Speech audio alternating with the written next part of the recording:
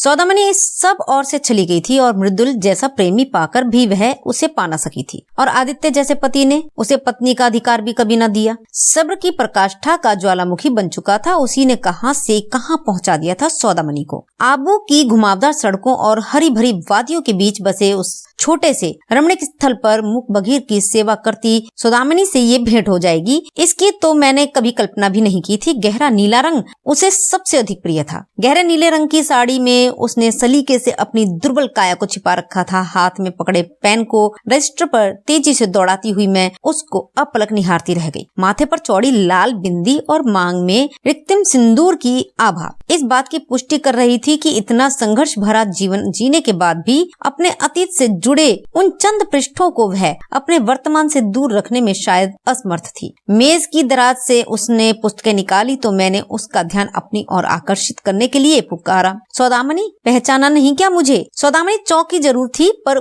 मुझे पहचान लिया हो ऐसा भी नहीं लग रहा था। मैं अपनी जगह पर यूं ही बैठी रही, न मुस्कुराई न ही कुछ बोली। उसके शुद्ध व्यवहार मुझे अचरज में डाल गया था। सोचा, समय के अंतराल चाहे कितना ही क्यों न फैल जाए, इंसान का चेहरा रूप रंग इतना तो नहीं बदल जाता कि उसे पहचाना ही न जा सके। चश्मे को पहुंचकर उसने फ्रेम को कुछ ऊपर खिसका दिया और उसे पहचानने की कोशिश करने लगी। मैंने फिर याद दिलाया, सौदामनी, मैं हूँ तनु, तुम्हारे अच्युत काका की बेटी। अरे तनु, तुम? ओ, इतने वर्षों बाद कैसे आना हुआ? उसने मेरे कंधों पर अपना हाथ रखते हुए पूछा। फिर दराज बंद कर उसने चाबी का गुच्छा पास ही खड़े चौकीदार को पकड़ाया और कमरा बंद करने का निर्देश देकर बाहर निकल गई। कुछ ही कदमों के फासले पर हरी भरी झाड़ियों व लतिकाओं से घिरा हुआ उसका घर था। लोन का गेट खोलकर उसने बाहर रखी चारपाई को घुटने मोड़कर सीधा किया और उस पर मोटी सी दरी बिछाकर बोली, अमेरिका में रहते हुए तुम्हारी तो चारपाई पर बैठने की आदत छूट गई होगी। मुश्किल हो तो आराम कुर्सी निकाल दूं?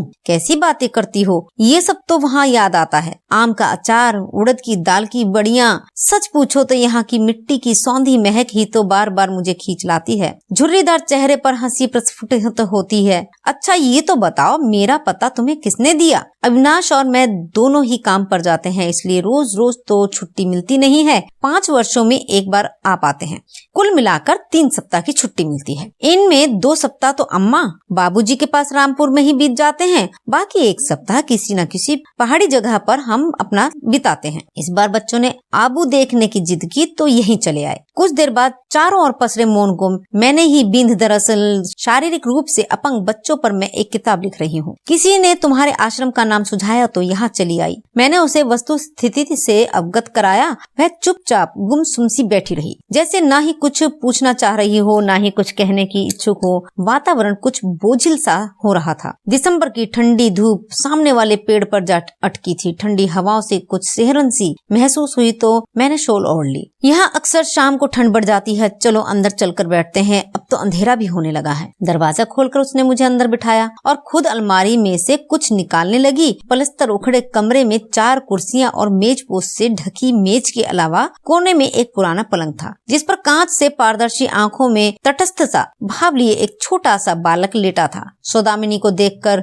उसके चेहरे पर स्मित हास्य के चिन्ह मुखर हो उठे थे। न जाने कौन सी भाषा में वह उससे प्रश्न करता जा रहा था और वह भी उसकी भाषा में उसकी जिज्ञासा शांत करती जा रही थी। मैं एकटक उसे निहारती रह गई। बोली, बालों में छिटके चांदी के तार, चेहरे पर पड़ गई झुर्रियों ने उसे असमय ही बुढ़ापे की ओर धकेल दिया था। दुग्ध धवल सा गौर वर्ण आबनूस की तरह काला हो चुका था। भरभरा सा गदराया शरीर संघर्ष करते करते दुर्बल काया का रूप ले चुका था। ये मानव है मेरा बेटा, बहुत प्यारा है ना? बच्चे के कपड़े बदलते हुए उसने मुझे ये कहा तो मैं चौंक गई। कमरे में पसरी सड़ांध मेरे नथुनों में समाने लगी थी। बड़ी मुश्किल से मैंने उबकाई को रोका और मेरी परेशानी माथे पर पड़ी सिलवटों से जाहिर हो उठी थी। वह शायद समझ गई थी। बोली, वैसे तो हमेशा लघु शंका और दीर्घ शंका के लिए संकेत देता है। आज ठंड कुछ ज्यादा है ना, इसलिए अच्छा तुम बैठो, मैं चाय बना कर लाती हूँ। पर मेरा ध्यान कहीं और था। इस पसोपेश में थी कि ये बालक है कौन। जहाँ तक मुझे याद था, आदित्य के घर से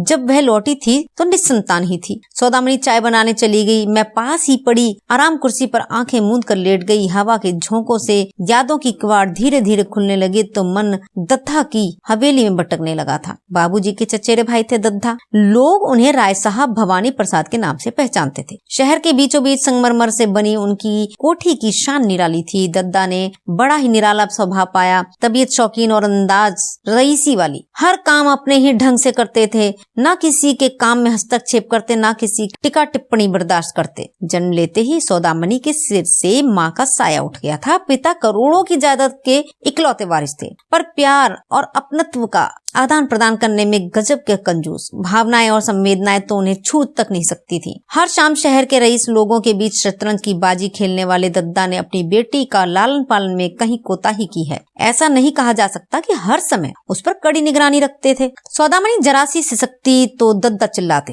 उनकी चीख पुकार सुनकर सेविकाएं दौड़ी चली आती और बिटिया बिना दुलारे पुचकारे सहम कर यूं ही चुप हो जाती। ठोकर खाकर गिरती तो दद्दा एक ही गति में निरंतर चिंघाड़ते रहते। सेविकाओं की पेशी होती, कोई इधर दौड़ती, कोई उधर भागती और कोई खिलौना की अलमारी के सामने जा खड़ी हो जाती। और सौदामनी तो तब तक पिता के रौद्र रूप को देखकर ही दहशत के मारे चुप हो चुकी होती थी। स्कूल या कॉलेज सौदामनी कभी गई ही नहीं। इसका कारण था राय साहब की रूढ़िवादी सोच। घर से बाहर बेटियों को निकलने के वे सख्त विरोधी थे। वे सोचते लड़कों के संग बतियाकर उनकी बिटिया कहीं भाग गई तो। पास ही एक मिशनरी स्कूल था, वहीं की एक ईसाई टीचर को उन्होंने सौदामनी की शिक्षा के लिए नियुक्त कर दिया था। ऐसे में उसका शिक्षा का दायरा हिंदी अंग्रेजी की वर्णमाला तक ही सिमट कर रह गया था। बेटी के प्रति अपनी आचार संहिता में नित्य नए विधानों की रचना करने वाले दद्दा उसके हर काम हर गतिविधि पर कड़ी निगरानी रखने लगे। सौदामनी हर समय व्याकुल रहती, जीवन की उन सच्चाइयों से परिचित होने के लिए जिनकी चर्चा अक्सर वह अपनी सहेलियों से सुन लिया करती थी। कलकत्ता का राजभोग और मथुरा के पेड़े खाते समय उसके मन कच्चे अमरूद खाने के लिए तरसता था। ऐसे में दोपहरी में हम दोनों दद्दा की नजरें चुराकर पिछवाड़े की बगिया में जा पहुँचती। पेड़ पर चढ़कर कच्चे अमरूद ढूंढने का आनंद वैसा ही था जैसे कि किसी गोताखोर के लिए मोती ढूंढना। एक दिन वह ये खबर न जाने कैसे दद्दा के दीवान खाने जा पहुंची, तब सौदामनी की पेशी हुई। पिता की तिरस्कार पूर्ण स्वर सुनकर बाल हृदय छलनी हो गया। सहम कर अपना मुंह अपने नन्हे नन्हे हाथों से छिपाकर वह देर तक रोती रही। सौदामनी हर समय सहमी सिमटी रहती थी, न हंसती न बोलती। पिंजरे के तार चाहे सोने के हो या लोहे के, कैद तो आखिर कैद ही है। धीरे धीरे उसके मनोबल गिरता चला गया। हाथ पांव पसीने में भीगे रहते, जबान लड़खड़ाने लगी। रात को सोती तो चीखने चिल्लाने लगती। कई हकीम, डॉक्टर और वैद्यों का इलाज करवाया गया, पर सौदामनी की दशा दिन पर दिन बिगड़ती ही चली गई। एक दिन दद्दा के मुनीम अपने अनुज डॉक्टर मृदुल को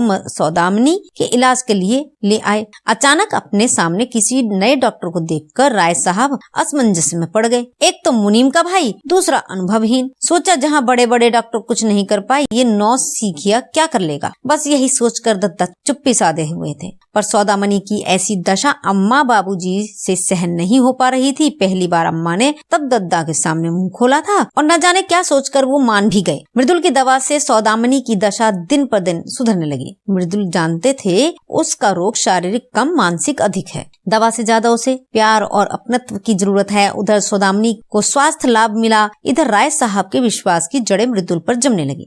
वह तेजस्वी व्यक्ति और विलक्षण बुद्धि का स्वामी था। सदा अपने आकर्षण में सबको बांधे रखता, घंटों सौदामनी के पास बैठा रहता। मृदुल की संवेदनाओं ने न जाने कब अपमान, उपेक्षा और तिरस्कार का वज्रखंड तले सहमी सिमटी सौदामनी के हृदय में बसती प्यार की सुगंधित झोंके के समान छूकर उसके दिल में प्रेम के बीज अंकुरित कर दिया। सौदामनी मृदुल के साहचर्य के लिए हर समय तरसती। उधर मृदुल भी सौदामनी के ठाकों, मुस्कुराहटों और उलझनों से अनजाने में ही जुड़ते चले गए। शुरू में राय साहब को इस प्रेम प्रसंग की जरा भी जानकारी नहीं मिली और प्यार, स्नेह, आसक्ति जैसी नैसर्गिक भावनाएं उम्र के किसी भी सोपान पर, जीवन के किसी भी मोड़ पर स्वाभाविक रूप से जन्म ले सकती है। उनके नियम विधान के संसार में ऐसा सोचना भी प्रतिबंधित सा था। ऊंची मान मर्यादा और प्रतिष्ठा के स्वामी राय साहब लाखों का दहेज देने का सामर्थ्य रखते थे। मुनीम के भाई के साथ अपनी इकलौती बेटी को ब्याह कर समाज में अपनी प्रतिष्ठा पर उन्हें कालिक थोड़े ही राजपूतवानी थी। मैं उस प्रेम कहानी को कभी नहीं भूली जिसकी एकाएक ईंट राय साहब ने अपने छल से गिरवा दी थी और रह गया था एक खंडहर। कुछ दिनों के लिए सौदामिनी को दद्दा ने उसके ननिहाल भिजवा दिया था। नाना की तबीयत बेहद खराब थी, इसलिए उनकी सेवा के लिए कोई तो चाहिए ही था। पिता के बारे में सौदामिनी के मन में कोई दुर्भावना नहीं उपजी और न ही कोई राय बनी। जब तक लौटी, मुनीम और उनका अनुज पूरे दृश्य पटल से ओझल हो चुके थे। मृदुल यूं बिना बताए क्यों चले गए, कहाँ चले गए, इसकी जरा भी भनक सौदामिनी को मिली नहीं और न ही हवेली वालों को। छल प्रवचनाओं के छल भेदों से दूर सौदामिनी का मन मैला करना कोई बहुत कठिन काम नहीं था। जीवन के गूढ़ रहस्यों से अनुभज्ञ भोली भाली बेटी के सामने दद्दा ने मृदुल के चरित्र का ऐसा घिनौना चित्रण प्रस्तुत किया कि उसका मन मृदुल के प्रति वितृष्णा से भर उठा। प्रेम में चोट खाए हृदय का दुख समय के साथ ही मिटता जाएगा, ये सभी जानते थे। दद्दा भी जानते थे कि वक्त बड़े बड़ों के जख्म भर देता है। समय बीतता गया, सौदामिनी के रिश्ते घाव भरने लगे। विश्वास अविश्वास के चक्रवात में उलझी सौदामिनी अब एक बार फिर प्रेम के घरौंदा बनाने के लिए सुनहरे स्वप्न सजोने लगी थी। और इस घर के भावनात्मक रूप से वह जुड़ी ही कब थी जो यहाँ मन रमता। करोड़पति पिता ने करोड़पति परिवार की खोज शुरू कर दी थी। रिश्तों की कमी न थी, पर दद्दा को हर रिश्ते में कोई ना कोई खामी नजर आती ही थी। आखिर एक दिन बड़ी ही जद्दोजहद के बाद उन्हें दीवान दुर्गा प्रसाद का इकलौता बेटा आदित्य अपनी सौदामिनी के लिए उपयुक्त लगा। आदित्य डॉक्टर था, व्यक्तित्व का ही नहीं कृतित्व का भी धनी था। अतीत के सारे दुखद प्रसंगों को भूलकर सौदामिनी खुद की कल्पनाओं के मोहक संसार में पिरोने लगी थी। दोनों ही पक्षों ने दिल खोलकर खर्चा किया था। दीवान साहब की प्रतिष्ठा का अंदाज बारात में लाए लोगों की भीड़ देखकर लगाया जा सकता था। जीवन पर्यंत सुख दुख के साथ ही बने रहने का संकल्प लेकर सौदामिनी ने ससुराल की देहरी पर कदम रखा था। रात्रि की नीरवता चारों ओर पसरी हुई थी। सभी मेहमान अपने अपने कमरों में सो चुके थे। कमरे के बाहर उसकी सास तारणी सामान को सुव्यवस्थित करने में जुटी हुई थी और रात्रि का तीसरा पहर भी ढलने को था, लेकिन आदित्य की दूर दूर तक पता नहीं था। सुबह की पहली किरण के साथ आदित्य कमरे में लौटे तो सौदामिनी और भी सिमट गई। वे बिना कोई भूमिका बांधे पास ही पड़ी कुर्सी पर बैठ गए और बोले, सौदामिनी, हमारे समाज में माता पिता बेटे के लिए पत्नी नहीं, अपने लिए कुलवधू ढूंढते हैं, गृह लक्ष्मी ढूंढते हैं। आदित्य के स्वर में ऐसा भाव था जिसने सौदामिनी के मन को छू लिया। मैं किसी और को प्यार करता हूँ, सूजी नाम है उसका और मेरे ही अस्पताल में नर्स है। तुम्हें बुरा तो लगेगा पर मैं सच कह रहा हूँ। मैंने तो तुम्हें एक नजर देखा भी नहीं था। कई बार मैंने इस विवाह का विरोध भी किया पर माँ नहीं मानी। सच पूछो तो उन्होंने भी तुम्हारा धन संपदा को ही पसंद किया है, तुम्हें नहीं। इतना कहकर आदित्य दूसरे कमरे में चले गए थे और छोड़ गए थे सूनापन। कल्पना का महल खंडित हो चुका था। सौदामिनी अपनी जगह से हिली न डुली। उसे लगा वह जमीन में धंसती चली जा रही है। ऐसे समय में कोई नव विवाहित कह भी क्या सकती है। बस आदित्य के अगले वाक्य की प्रतीक्षा करती रही। वे लौट आए थे। इस घर में तुम्हें सारे अधिकार मिलेंगे पर मेरे हृदय पर अधिकार सूजी का ही होगा। उसे भुलाना मेरे वश में नहीं है। आदित्य की आंखों में भावुकता के अश्रुकण छलक आए। सौदामिनी सोच रही थी, अगर उसके दिल पर उसका अधिकार नहीं तो इस घर में रहकर क्या करेगी। किलेनुमा उस हवेली में वह खुद को कैदी ही समझ रही थी। कुछ ही देर में आदित्य की माँ थाल में नए वस्त्र और आभूषण लेकर आई जिन्हें अपने शरीर पर धारण कर उसे आगंतुकों से शुभकामनाएं लेनी थी। सौदामिनी ने माँ के लाड़ प्यार कभी नहीं देखा था। सुना जरूर था कि माँ का हृदय विशाल होता है, एक वट वृक्ष की तरह जिसकी छाया तले न जाने कितने पौधे पलवित होते हैं। बस यही सोचकर उनके हाथ पकड़कर सौदामिनी सिसक उठी। माँ जी, सब कुछ जानते हुए भी आपने मेरा जीवन बर्बाद क्यों किया? आपको उनकी प्रेमिका से ही उनका विवाह करना चाहिए था। तारणी ने अपना हाथ छुड़ाते हुए रुखाई से कहा, बहू, रिश्ते जोड़ते समय खानदान, जात, वर्ग, परंपरा जैसी कई बातों का ध्यान रखना पड़ता है। कांपते स्वर में उसने इतना ही कहा, चाहे इन सब बातों के लिए किसी दूसरी लड़की के जीवन की सारी खुशियां ही दांव पर क्यों न लग जाएं।